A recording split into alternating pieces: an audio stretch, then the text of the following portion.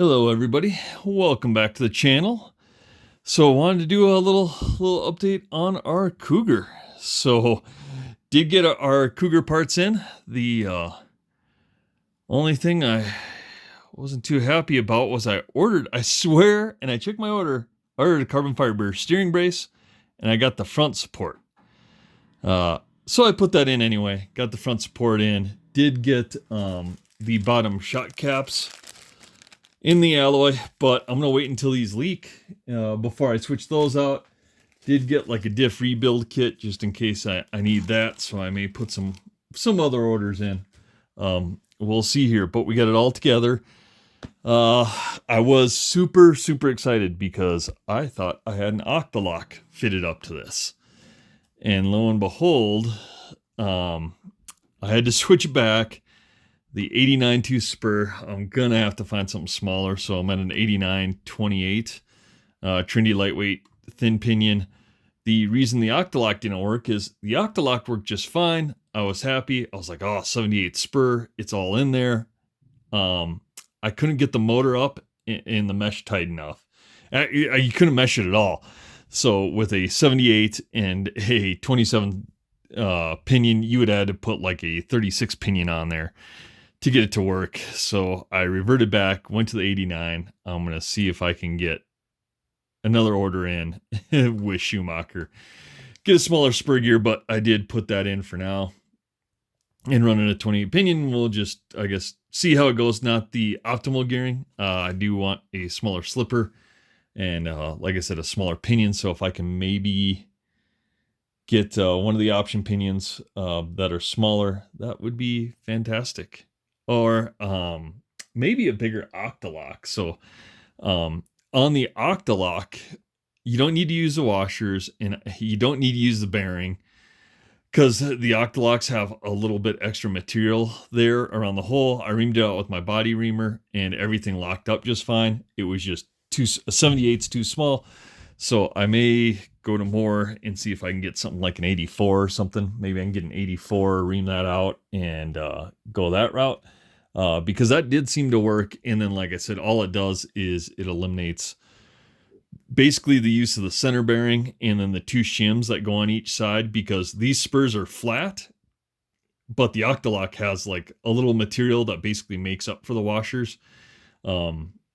So that's what I'm going to do. The bearing probably makes it smoother, but just taking a reamer and going through the Octalocks a little bit, they fit just fine on there and they work just fine. You don't need the bearing or the shims to get that to work. Like I said, it's just a 78 is too small. So next time I'm at more, I may snag like a 84 or something in there and make sure to see if that works on there. But everything else is up and running. So did get everything synced to our Fly Sky and on there. So got our cool battery thumb screws, so alloy caster blocks, and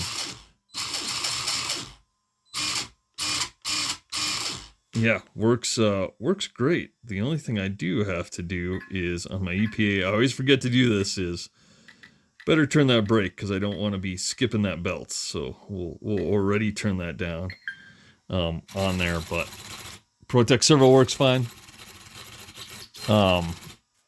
Hobbywine works great. Protect battery, all that's mounted in. So I think we are ready to go. Just have to, like I said, I am gonna figure out a way to put an Octalock on there. It's just gonna have to be bigger than a 78. So maybe, I don't know, an 84, 86. We'll see. With an 89 spur on here, we'll see how that rolls. But we'll get that done. I'm going to put the chassis protector on it. So now that the bottom, I'm done fooling around with the bottom of the chassis and getting everything in there.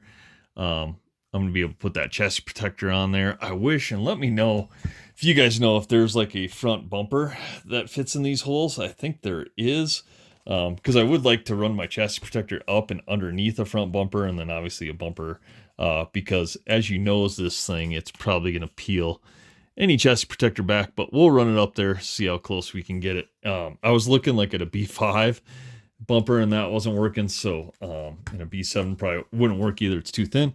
But I may dig around the hobby shop and see what we can find, on that. And so, did start mounting up tires, waiting on our fronts to come, as well as, our motor screws.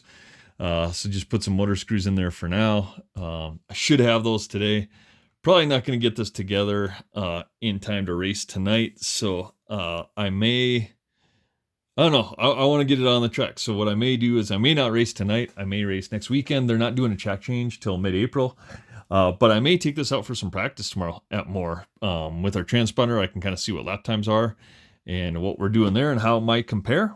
But I did order the lower wing mounts. So the LD2 wing mounts, it sounds like gets the wing all the way down kind of to the top of the shock tower here. So did order those from A-Main as well to see if we can get those in. So we'll see. But I'm pretty happy. Like I said, the only thing I really wasn't happy with was the Pro transmission is great. You know, utilizes bigger bearings on there without having to put in like the machine sleeve. But I do wish it would take a more common, like I said, slipper pad, but reaming out an Octalock will work. I'm just gonna have to go to an 84, and I didn't have one. All I had was a 78, and I thought that was working until I tried to mesh the motor tight to that, and it wouldn't. So I am probably gonna try to pick up like an 84 and get that in there. Yeah, and see how that works, or we'll run and see how this works. I guess I don't know.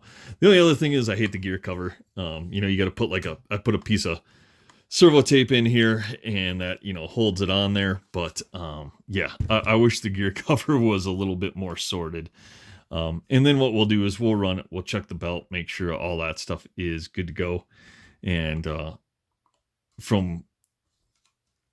yeah, I mean, that's really about it. So